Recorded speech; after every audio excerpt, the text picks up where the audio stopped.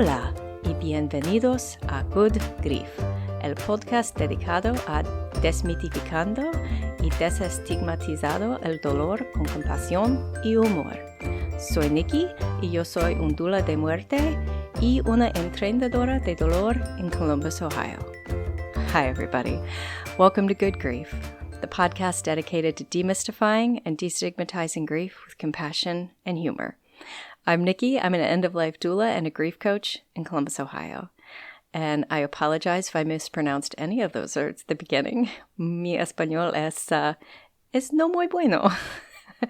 I have a few years of Spanish under my belt, and I've been re-upping it recently. But so if I mispronounce anything, I deeply apologize. Please feel free to correct me.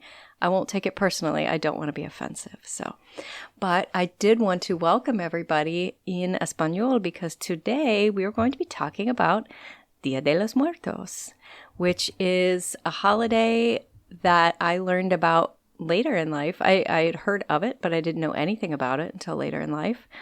And I'll start off with my first misconception of Dia De Los Muertos, and the number one misconception. No, Day of the Dead is not Mexican Halloween. And I didn't understand that. You know, growing up in a predominantly white neighborhood and white school with mostly Christians, I didn't even know that many Jewish people growing up. And I also had the misunderstanding of Hanukkah is not Jewish Christmas. You know, and that's not to be offensive, and I apologize if I offend anybody with that, but I just didn't know. I wasn't exposed to that until later in life. But now that I know these things, I love learning about them. I love learning about other people's traditions and holidays. So I was super excited to learn about Day of the Dead. And another misconception, it's not a somber holiday. It's not sad. It's not like a funeral. It's huge. It's a celebration, and it's bright and exciting and vibrant.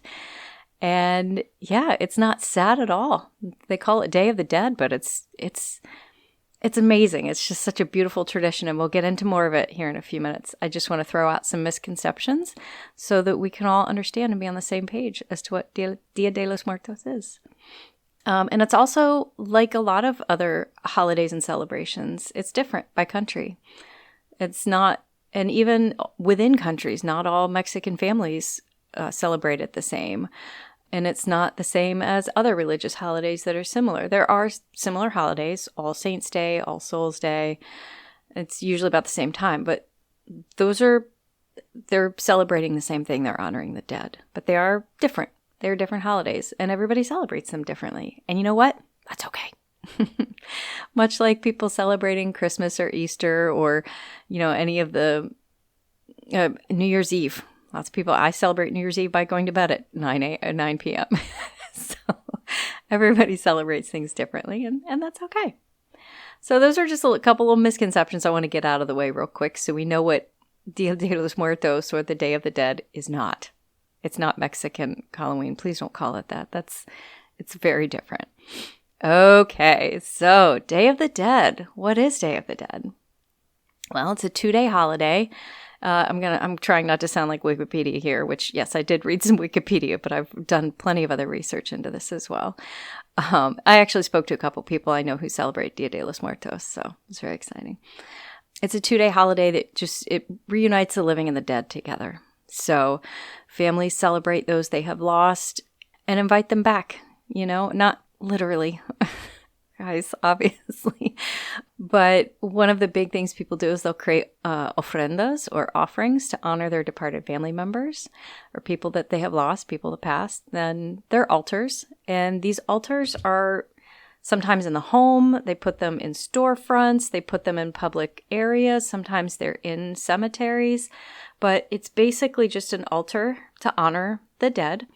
And they're decorated with almost always bright marigold flowers, bright yellow marigold flowers. They'll have photos, food, and drinks left out to honor those. Like, if I were to put up an ofrenda and had a picture of my brother, I'd probably put some beer cheese out there because that was one of his favorite things at Thanksgiving. We always made beer cheese with Hawaiian bread, and that was like one of his favorite things. So that's something I could put out there. or, a couple of beers because he liked to have beers when he watched football. I could put up some football decorations since he liked watching football so much. So that's just an idea. I encourage you to Google ofrendas and look up some because they are so beautiful. There was a public one at the Columbus Museum of Art. I don't know if it's still there. Probably by the time I post this, it'll be down. But there's probably photos on their website. I have photos on my personal and business Instagram pages of it. So check that out. My personal Instagram, I don't care. It's the only Nikki27. And, Nikki the Death Doula is my other one. But I have photos of it up there. I put a picture of my brother on the altar. But they're always just super beautiful, vibrant, colorful displays. And I just love bright colors and marigolds. And yeah, it's just such a beautiful way to honor the dead. And so about the marigolds, actually, I did not know this until this year. I just learned the significance of marigolds. It is just thought that the brightness of the color and the scent of the flower will draw the dead back to their home, back to that home where they are. So it's just such a beautiful, bright, vibrant color and a super powerful smell that it's thought that will help lure them back. Not lure, that's not a good word, but bring them back to the home so that they can be welcomed in and enjoy all the beautiful offerings that were left for them. Some other things you might recognize that go with Dia de los Muertos or Day of the Dead is calaveras, which is the skulls, the beautifully painted, decorated skulls. And most people wear masks that are just, oh gosh, and the face paint, you guys. Again, just look this stuff up. I'm just in awe of how intricate and beautiful these face paints and masks are, with the skulls, with flowers, and it's just super beautiful, and it's just yet another way to honor the dead. And they will make little chocolate or sugar skulls. Sometimes they'll have a name engraved on it or carved into it on the forehead. And they're given as gifts both to the living and to the dead, handed out. Sweet egg bread is another food. It's usually made in shapes. Sometimes it's just plain bread, but sometimes I'll shape it into look like a skull or decorated with white frosting to look like bones, which I think is just so neat. There was a super brief sentence I found on one website that talked about calaverita, which is another one of those things. This is, again, not everybody celebrates holidays exactly the same, but this is more in some of the larger cities where children will wear costumes, walk the streets, and knock on people's doors for calaverita or a small gift of candy or money. They also ask passersby for things. So it's a similar to trick-or-treating that we do here, in the United States, but please don't confuse the two. It's just one little similarity between the two. There's also it's not trick or treat. There's no component of the whole like, oh, we'll be mischievous to you if you don't give us a treat or things like that. That's not a thing. But again, traditions and activities, not all totally universal, and they might vary from town to town. I found a cool example in the Wikipedia page. I know, sorry, there's better things out there than Wikipedia, but so, as I said, everybody celebrates it a little bit differently, but there are observances outside of Mexico. It is observed in the United States. And in fact, I know a few people in my life that are of Mexican descent or are from Mexico. And they have celebrations, on their own. But there are some cities will have big celebrations within the United States. Apparently, there is a huge procession in Tucson, Arizona that's been happening since the late 90s, I believe, or mid-90s. I've seen videos of it. It's pretty cool. California, I feel like there's one in California. I know New Mexico and Texas, they have a larger population of Mexican immigrants in there, so they have, bigger celebrations there, which is just beautiful that they accept that and, have these celebrations. Yes, there is one. Okay, it's Santa Ana, California. Sorry to look it up again. There is a really big celebration in Southern California and Santa Ana honoring Dia de los Muertos, which is a very big one. But it's celebrated in Asia as well. There's celebrations in New Zealand, apparently. Fiji, Australia, the Philippines, even parts of Europe will have celebrations, which is super, super beautiful. I love that. I love that this is something that more people are adapting and taking up. And I would hope it's not offensive to anybody of Mexican descent or anybody in Mexico that other people want to celebrate this. But I just find this is such a beautiful celebration that we can be happy and celebrate the dead and the people we've lost instead of just being sad all the time. It's obviously, that's what this whole podcast is about. It's perfectly okay to be sad about somebody you've lost, but you don't have to be. You can honor them and celebrate their life that they had and the impact they had on yours. It's just, I think it's beautiful. I find something you can do this coming week during Dia De Los Muertos to honor somebody, even if it's something really small, even if you just go out and get dinner by yourself and order something that they would have loved, or pour yourself a glass of wine and toast to them, whatever. Just find something you can do. I love it. So back to the beginning a little bit, as far as what Dia de los Muertos is. It is a little divided on where and how it started. It's one of those things that everybody wants to claim that they started this. This was their thing. But most people do believe it goes back to the Aztecs. And that they were kind of the group to start this. There has been some disputes. Other people have said, no, it's been around in other parts of the world long before the Aztecs, which I don't know.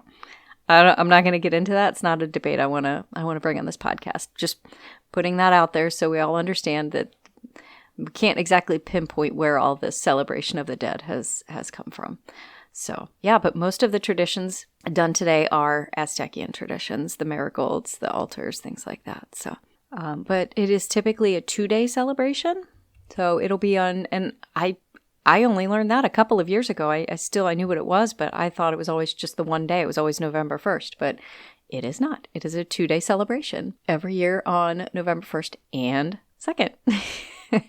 And typically they end the celebration with a huge parade, or sometimes walking to a cemetery. But yeah, it's the second day is kind of the big to-do where they have all the parades and everything. So kind of short and sweet. That's Dia de los Muertos in a nutshell. It's just yet another beautiful way to honor those that we've lost. It's obviously why I'm in this line of work to begin with. It's one of my passions, and I love learning about other cultures and what they do to honor the people they've lost in their lives. And this is probably one of my most favorites because it's just so vibrant and exciting and beautiful, and it's a celebration.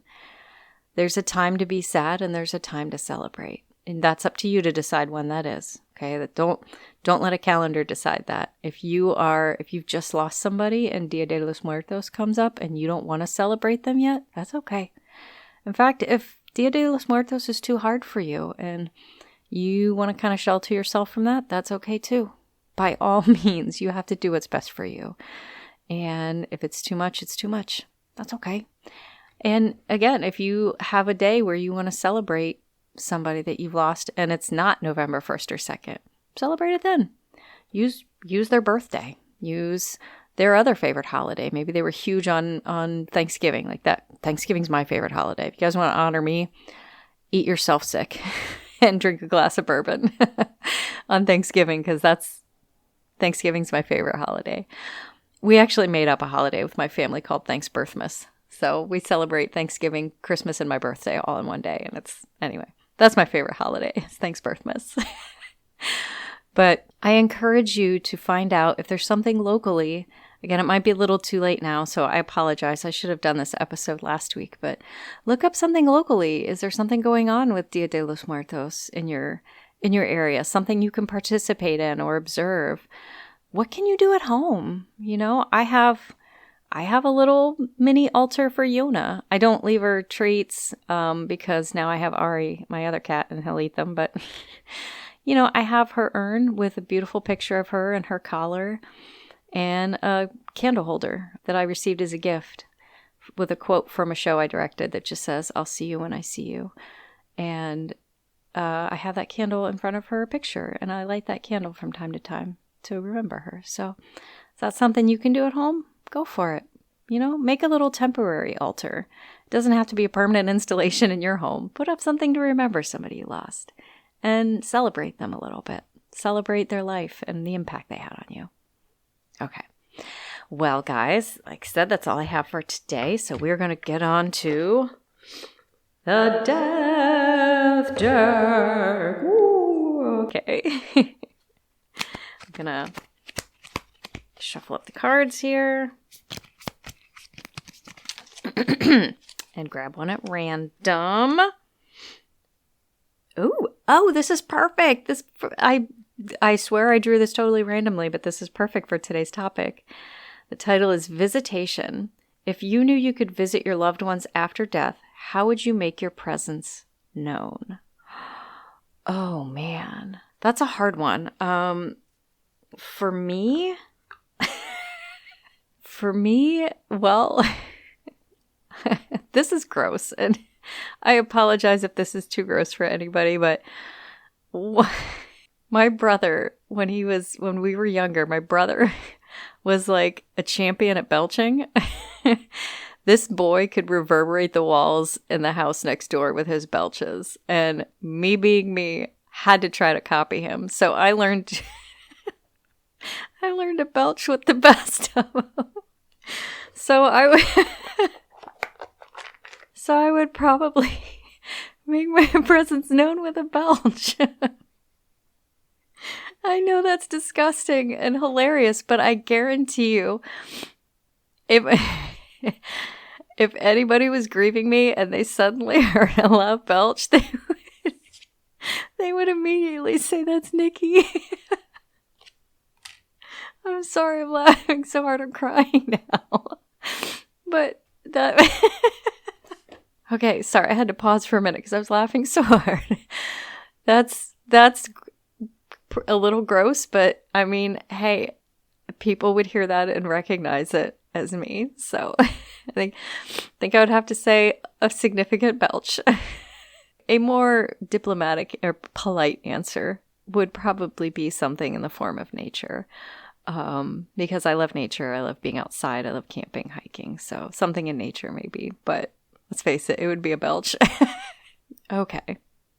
I'm sorry if that was too gross for anybody. And I also apologize for laughing so hard in your ear. But that was funny to me. Anyway, so thank you so much for tuning in. I hope that you enjoyed this episode learning about Dia De Los Muertos, or Day of the Dead. And I hope that you can find some way to celebrate somebody you've lost when you're ready. And if you're not, that's okay. You can find me on Patreon, Nikki the Death Doula. Please check me out there. Again, every penny I make from Patreon will go directly to a fund so that I can provide pro bono work to those who need my services. You can also find me online at nikkithedeathdoula.com, and my Instagram is Nikki the Death Doula. Check me out on the socials. I'm on the Facebooks as well. So yeah, come say hello. Thank you so much. Have a wonderful week. And remember, your grief is yours. Your feelings are valid. And grief doesn't always have to suck. Good Grief was brought to you by me. You can find me online at nikkithedeathdoula.com. Today's episode was produced by me. Research and scripts written by me. Your host is me. Editing and sound design also me. Music is not me. Music is Cheery Monday by Kevin MacLeod. License information can be found at filmmusic.io/standard-license. Special thank you to my best friend and husband for constantly reassuring me that I don't suck.